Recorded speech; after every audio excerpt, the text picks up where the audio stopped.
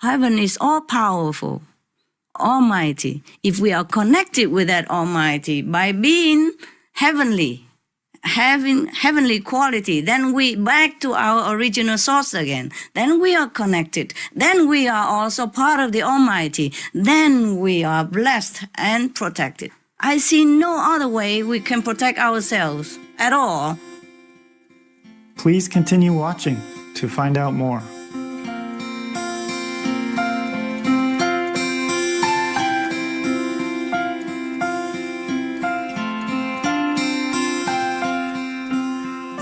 Joyful greetings, splendid viewers. I am Nathan from Atlanta, Georgia, USA. We pray that heaven grant you all your noble wishes.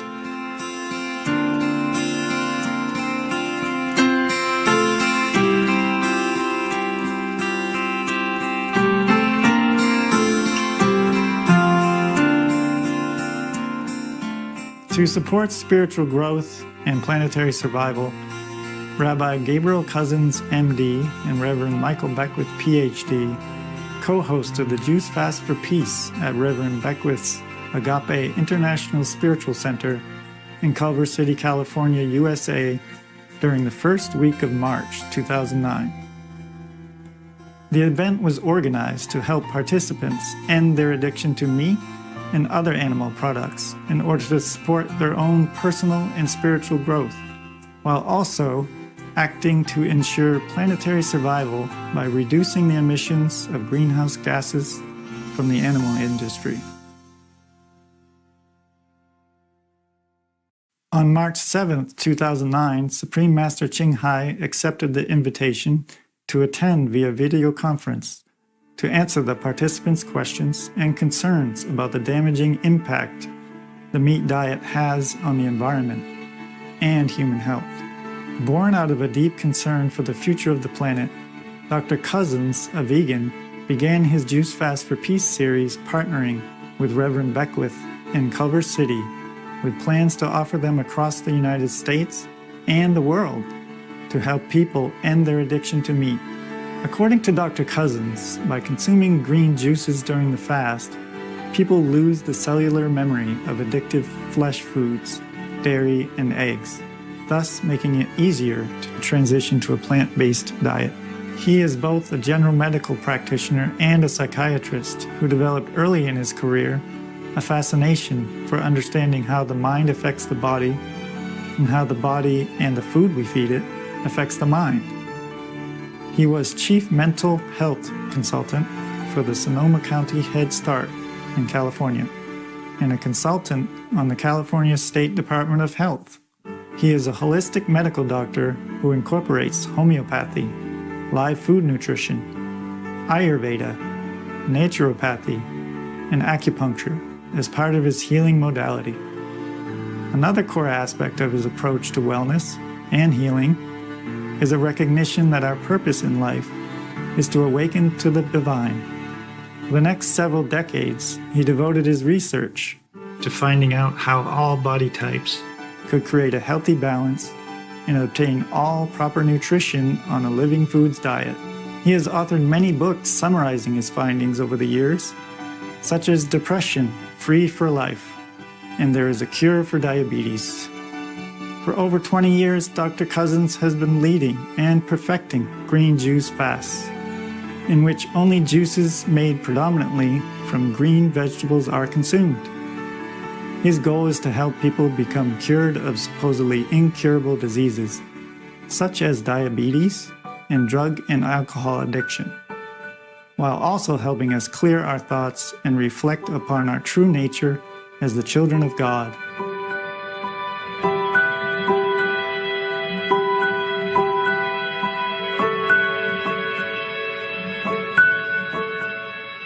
Reverend Michael Beckwith, a vegan, has stated that our purpose on the planet is to wrap our consciousness around the divine treasure within us. He uplifted the fasting participants with daily inspirational talks. He is one of the featured teachers in the international best-selling book and movie, The Secret. His spiritual journey began in the 1970s, where his exploration of Eastern and Western teachings led to his own style of teaching referred to as the New Thought Ancient Wisdom spiritual tradition. It was his vision of a non-denominational spiritual community that led to the founding of the Agape International Spiritual Center in 1986, which seeks to bring all peoples together into one human family, unified in a core value of peace and the spiritual origin of all beings. Each week, around 9,000 people come to hear him speak at the Agape Center. He proactively works alongside other global peacemakers, including the Dalai Lama, and has also been featured on Oprah, an international US-based daytime talk show, and interviewed on Larry King Live by one of the premier broadcast interviewers of our time.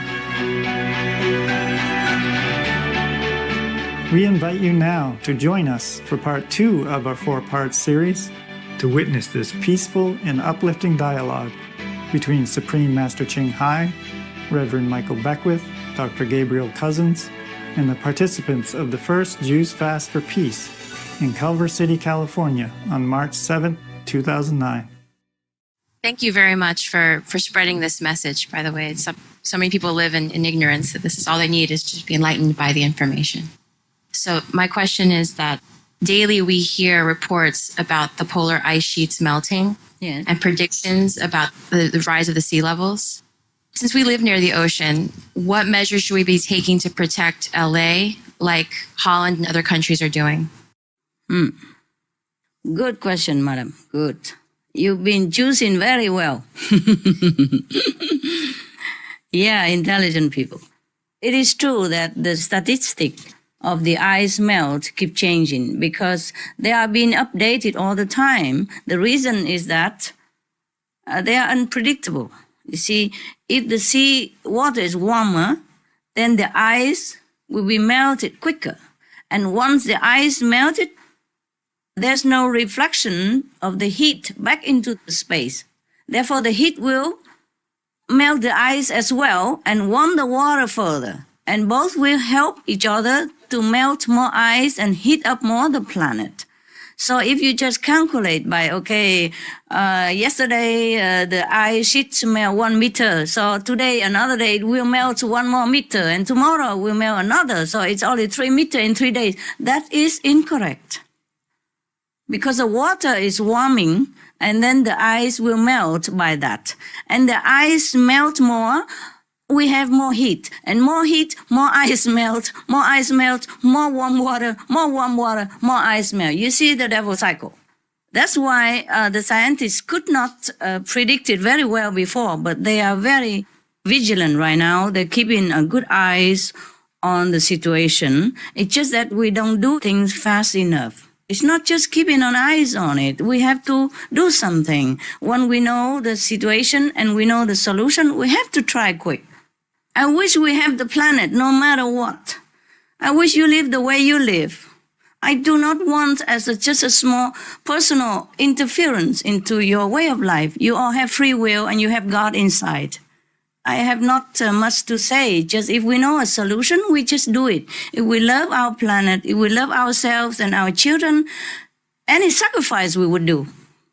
Sometimes we say, I would lay down my life for you. I love you so much. Parents, they love their children so much. Sometimes they sacrifice everything. They work hard. Yes, they sleep less. They wake up early. They go to bed late and they work sometimes 18, 20 hours just to protect the children. Why cannot just forsake a piece of meat? Yes, just to keep the home for them. The planet is our home. And the children, where would they go? It's not just about going. It's just sometimes the suffering is so intense and so prolonged that we don't wish that on our, harmless, helpless little children for the future. I don't have any children to talk of, but even your children is like my children. They're helpless. They need protection. The way we are polluting our planet right now is no good for us, for our children at all. So love should be translated into action. Even any sacrifice we do it. But it wasn't much of sacrifice because meat is not good for us in any case. If we eat meat and all that, it will be harmful to our health. So might as well leave it all together and we could save the planet that way. All evidence point out that meat is the number one cause of our planetary problem. As a rabbi, we know that in Genesis 1:29, it says one should eat basically a live food vegan diet. Right. That's what the Torah tells us. As a Native American sun dancer and connecting to the white buffalo woman who gave the peace pipes to the Native American nations, the teaching is that everyone should be vegan. And as a yogi for 36 years, we always were taught ahimsa. And now maybe we're going to listen to the divine advice, which is very good. But this is a hard way to do it. Yes. But you see, we need all this scientific evidence to tell people also. So we have to refer to United Nations and scientists, experts, etc. Because people have to be appeal in their intelligence. The soul understands everything. I'm sure all of them who sit there, or everybody in the world, their souls know what is good. It's just their mind, their intellectual has to be satisfied. That's why we talk about scientific evidence. Like before, the United Nations predicted that, 1 meter sea level rise would be very catastrophic already and causing a lot of people to lose their homes. But just last month, scientists have learned that Greenland and Western Antarctica and Eastern Antarctica are all melting now, which had not been, factor updated before. Based on these findings, one scientist at the University of California, Santa Cruz, predicted a 5-meter sea level rise. And then another study say, no, that's not it. If all the Antarctica were to melt, which is melting now, if they all melted, then the sea level could rise up to 70 meters. Yeah, 210 feet. That's a lot. 21 floors. Can you imagine that? Where are we going with this kind of rising levels? Even if we dig a hole, nowadays they have something like, they make the hole, the tube ready for you like a room, and then you can put it in the earth to, to protect yourself from climate change, from gases and all that. But how we protect ourselves in this case, when the sea level rise 70 meters and bury everything in its wake, and no more food, no more agriculture, nothing, no animals even to eat. Even if we want to eat meat, there will be nothing left for us. So, you see, how can we take measures to protect Los Angeles, California, not from rising sea levels, but also other similar consequences of global warming? See, when the sea level rises, there will be more mosquitoes and diseases. Oh, not to talk about we all die anyway. Not only the ice, you see, but also the permafrost will melt, which could potentially release billions of tons of methane gas from underneath, or hydrogen sulfide. We can die by inhaling just 1 second. So there's no way we can run away from this, except we turn to a virtuous way of life. Then we are connected with heaven, because heaven is virtuous and love and blessing.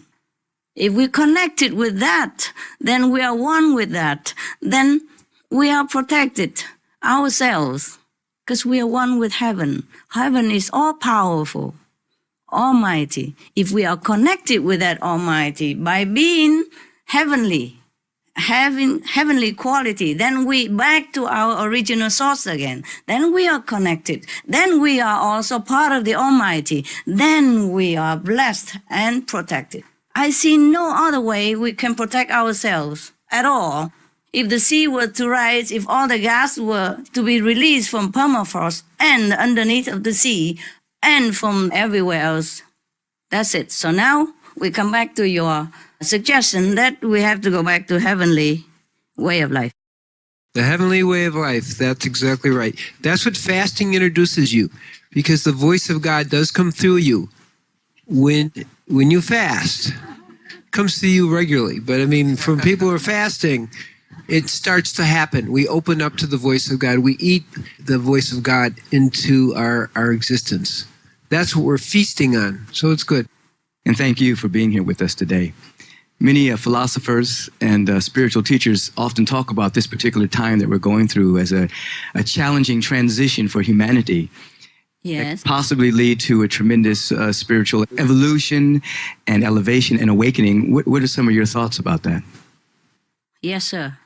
Well, I'm sure you know it yourself. You just want to ask for your audience. And It's good to get your opinion. you see, we are in a very dangerous situation right now. But I'm glad to tell you we have reached the critical mass. Can you believe? According to my inner knowledge, the critical mass has been reached. The critical mass of the numbers of vegetarian people. Okay? It's just now we're waiting for the mind of humans to be more pliant, to be more in tune with the critical mass. For your audience, I'm saying the critical mass that you say means if a certain numbers of people be like in one-minded group, like being vegetarian. If the certain number is reached, then that number will influence the whole planet in time and make everybody become vegetarian or vegan.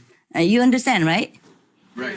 That is a critical mass. And we have been trying, and with many other groups, and with you, and with Dr. Gabriel, and the Reverend who sit there, we have reached the critical mass just a few days ago. And it's just my inner knowledge. And now we're waiting for that to work. But meanwhile, we're still working. Continue whatever we can, from television to flyer and vegetarian restaurants, vegan seminar, and free cooking class, etc., etc. We often say the human mind is like a monkey mind. I wish that our minds are really like monkey minds. Because if our mind were the monkey minds, or likewise, then everybody would have become vegetarian long ago. Yes. You see, they experiment with a monkey, like if they teach some certain numbers of monkey to drink from glasses, then other monkey elsewhere have not been in contact with human and not having contact with that monkey who drinks, still, they could use the glass to drink also. So that's why the critical mass of the monkey have influenced other monkeys' mind by inner connection, telepathic connection. But our mind, unfortunately, is not like a monkey mind. I wish it were. Then we can influence quicker. Now, if this critical mass is working, and I suspect it's working, just a little bit slower than we want, then maybe we will have the mass of the planet going to have vegetarian diet, compassionate attitude quite soon. And so I also beg you, all of you, the hero, the saints, the yogi there, please do something to help. Just pass out information, convince whoever you can. Yes.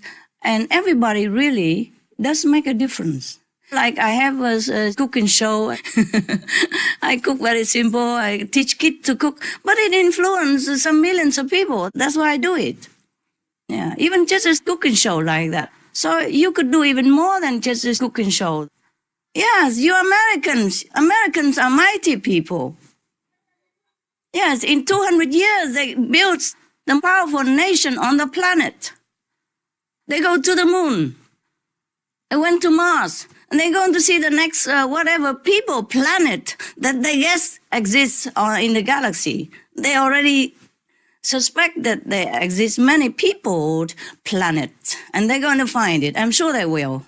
So the Americans can do a lot of things and have a big influence in the world. I count on you. I count on you. Wow, thank you for that beautiful answer. Thank you. My name is Annie Jubb. Annie, yes. And I'm into the raw food movement as well, eating fresh raw fruits and vegetables and so on. Bravo. Thank you. Your TV program goes all over the world and you're talking to different governments. What response do you get from world governments about this idea of reducing animal products to affect global change? What what positive things are happening with the governments? Good question. It's happening. It's happening.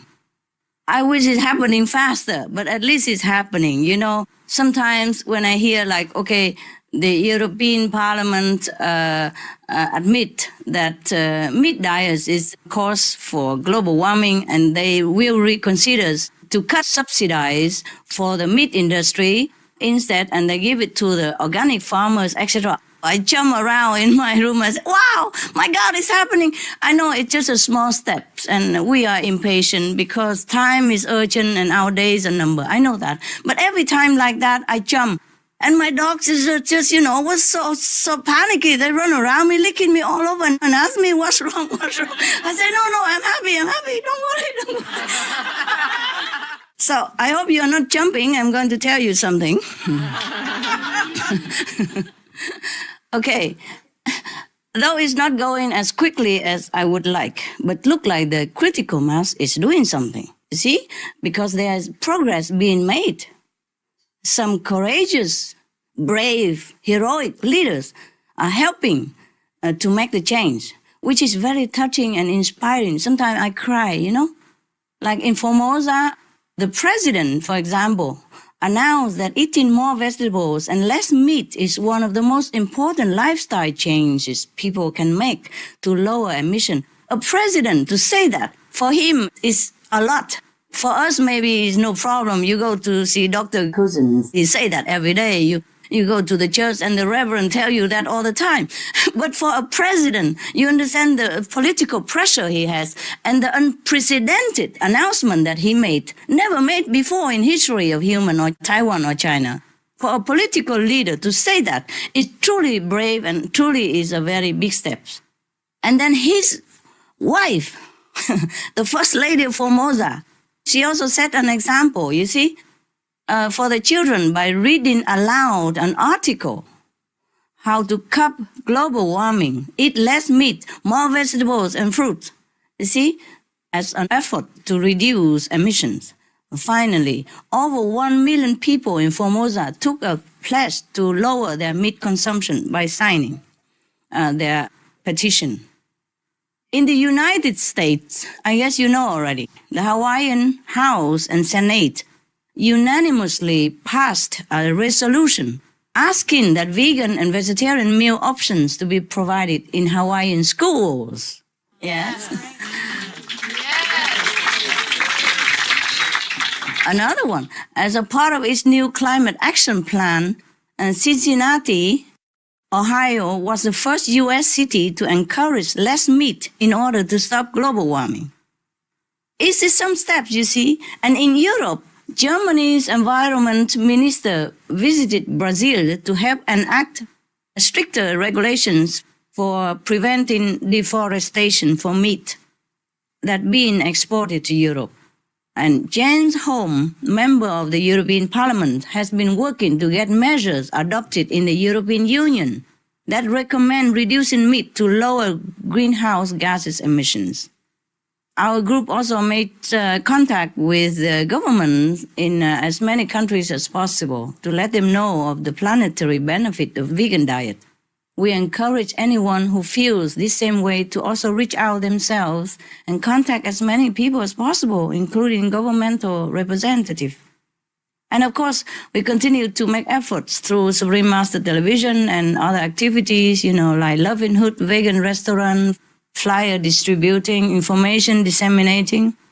We have many vegan restaurants now in different cities to provide delicious vegan meals. And it would be a trend one day, see? People should go there and they should have direct experience of how easy it is to be vegan and how tasty it is, meatless food. We also encourage more government action by recognizing the governments that do promote the benefits of the vegetarian diet.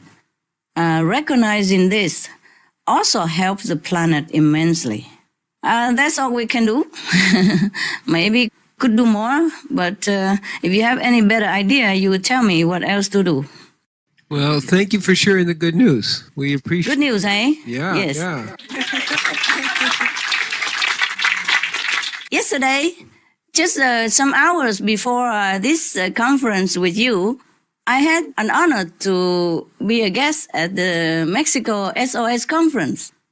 And we had a video recorded support from the senator from the Philippines, from the legislator Taiwan, and from the vice president of the European Parliament. Vice president of European Parliament. He recorded a message to support us. Can you imagine? That's a big step, no? Yes, beautiful. Yeah, it's slow, but I wish more leaders would be so courageous like them.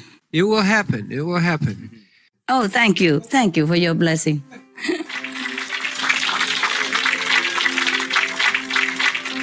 All information concerning the scientific evidence of climate change and its solution is in Supreme Master Ching Hai's book, From Crisis to Peace, free to download at crisistopeace.org.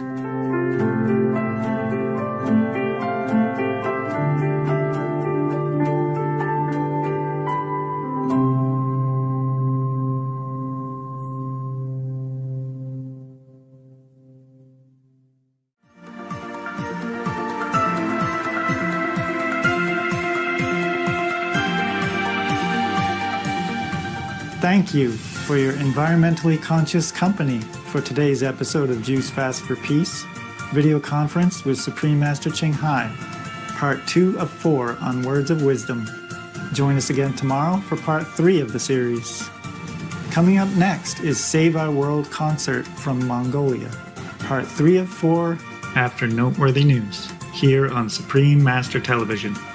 May your life overflow with God's boundless love and blessings.